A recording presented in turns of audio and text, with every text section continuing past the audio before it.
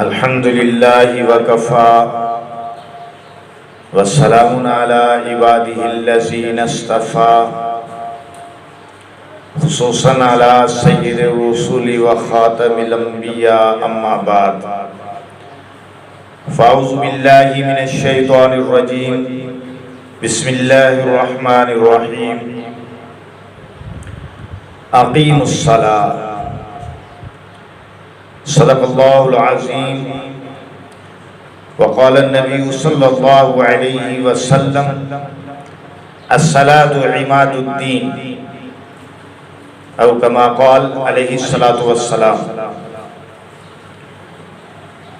آ تجھے بتاؤں کہ کیا لطف ہے نماز میں، آ تجھے بتاؤں کہ کیا لطف ہے نماز میں، یہ لطف میسر نہیں شاہی کو پرواز میں۔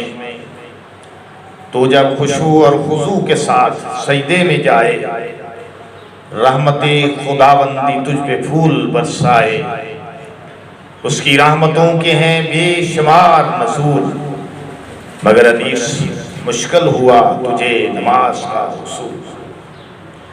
گرامی قدر سامعین کرام، شوال المکرم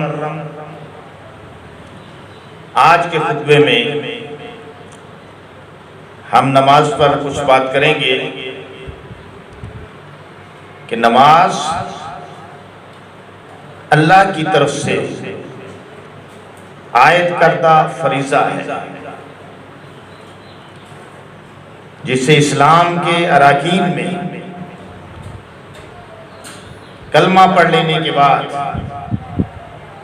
توحید اور رسالت کی شہادت پیش کرنے کے بعد سب سے اولیت حاصل ہے۔ اور جس طرح نماز کو اولیت حاصل ہے ایمانیات میں، جس طرح ایمانیات میں نماز کو اولیت حاصل ہے، اسی طرح میدان معاشر میں بھی سب سے پہلے نماز کا سوال ہوگا۔ اول پرسش نماز بود، سب سے پہلے نماز کا سوال ہوگا۔ نماز ایسی محتم بشان عبادت ہے کہ اللہ تعالیٰ نے فرشتوں کو حکم دیا۔ اس سے افضل کوئی عبادت ہوتی تو فرشتوں کو اس کا حکم ہوتا۔ فرشتے کوئی رکوع میں ہے، کوئی سجدے میں ہے، کوئی تسبیح میں ہے، کوئی تقدیس میں ہے، مختلف انداز کے ساتھ فرشتے مشغول عبادت ہیں۔ جو اللہ نے ان کے لیے مقرر کر دیے اس طریقے سے وہ مشغول عبادت ہے۔ سامعین محترم،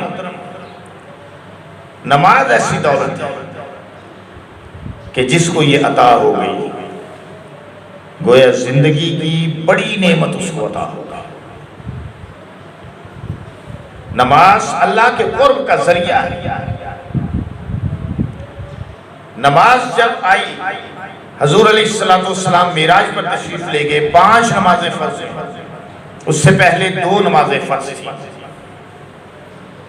رسول اللہ صلی اللہ علیہ وسلم کی بعثت سے معراج تک 2 نمازیں فرض تھیں، اور جب آپ صلی اللہ علیہ وسلم معراج پر تشریف لے گئے تو معراج کا جو بڑا تحفہ ہے وہ نماز کی صورت میں ملا۔ اور جب نماز عطا ہوئی تو اصحاب پاک مصطفیٰ نے خوشیاں منائی کہ ہمیں اللہ سے ملاقات کا ذریعہ مل گیا۔ اب جو چاہے کہ رب کا قرب حاصل کرے، وَاسْجُدْ وَاقْتَرِب، وہ نماز کے ذریعے سے حاصل ہو، اور جو چاہے کہ اللہ کا محبوب بن جائے، نماز کے ذریعے سے، اطاعت رسول کے ذریعے سے، اور جو چاہے کہ اللہ سے ملاقات کرے تو وہ نماز کے ذریعے میسر آئے۔ اس لیے صحابہ کرام نے خوشیاں منائی کہ اللہ سے بات چیت کا، اللہ سے گفتگو کا، اللہ سے مناجات کا، اللہ سے ملاقات کا ہمیں داعیہ نصیب ہو گیا ہے، ہمیں ذریعہ مل گیا۔ حضور علیہ السلام کا ارشاد گرامی ہے، فرمایا حق تعالی شانہ نے فرمایا میں نے تمہاری امت پر 5 نمازیں فرض کی. کتنی نمازیں؟ 5 نمازیں. اور اس کا میں نے اپنے اوپر عہد کر لیا ہے، میں نے اپنے اوپر اس کا عہد کر لیا ہے کہ جو شخص ان 5 نمازوں کو ان کے وقت پر ادا کرنے کا اہتمام کرے گا اس کو میں اپنی ذمہ داری پر جنت میں داخل کروں گا. اور جو ان نمازوں کا اہتمام نہ کرے، فرمایا جو ان نمازوں کا اہتمام نہ کرے یعنی ان کے پڑھنے کا اہتمام نہ کرے تو مجھ پر اس کی کوئی ذمہ داری نہیں. ایک دوسری حدیث میں اس مضمون کو اس طرح بیان فرمایا کہ حق تعالی شانہ نے 5 نمازیں فرض فرمائی ہیں، اور جو شخص ان میں لاپرواہی سے کسی قسم کی کوتاہی نہ کرے، اچھی طرح وضو کرے اور وقت پر ادا کرے، خشوع و خضوع سے ادا کرے، حق تعالی شانہ کا عہد ہے کہ اسے جنت میں ضرور داخل کرے گا. اور جس کے ساتھ اللہ عہد کر لے، کوئی بندہ میرے ساتھ عہد کرتا ہے، کوئی آپ کے ساتھ عہد کرتا ہے تو ہم کہتے ہیں کہ عہد کی پاسداری کرنی چاہیے. اللہ بھی فرماتا ہے کہ اپنے عہد کی پاسداری کرو. ہم انسانوں کو حکم دیتا ہے کہ عہدوں کی پاسداری کرو، اپنے وعدوں کو نبھاؤ، جو عہد کر لو، جو ایگریمنٹ کر لو، جو وعدہ کر لو اسے پورا کرو. اللہ جب ہمیں حکم دیتا ہے کہ اپنے وعدوں کی پاسداری کرو تو جو اللہ خود وعدہ کرے گا کیا اس کی پاسداری نہ کرے گا؟ خود اللہ ذمہ اٹھا رہا ہے. دنیا کے معاملات میں چیئرمین ذمہ اٹھا لے ہم بے فکر ہو جاتے ہیں، ایک ممبر ذمہ اٹھا لے ہم بے فکر ہو جاتے ہیں، کوئی بڑا ذمہ دار ذمہ اٹھا لے ہم بے فکر ہو جاتے ہیں، کوئی عہدیدار وزیر مشیر ذمہ اٹھا لے ہم بے فکر ہو جاتے ہیں.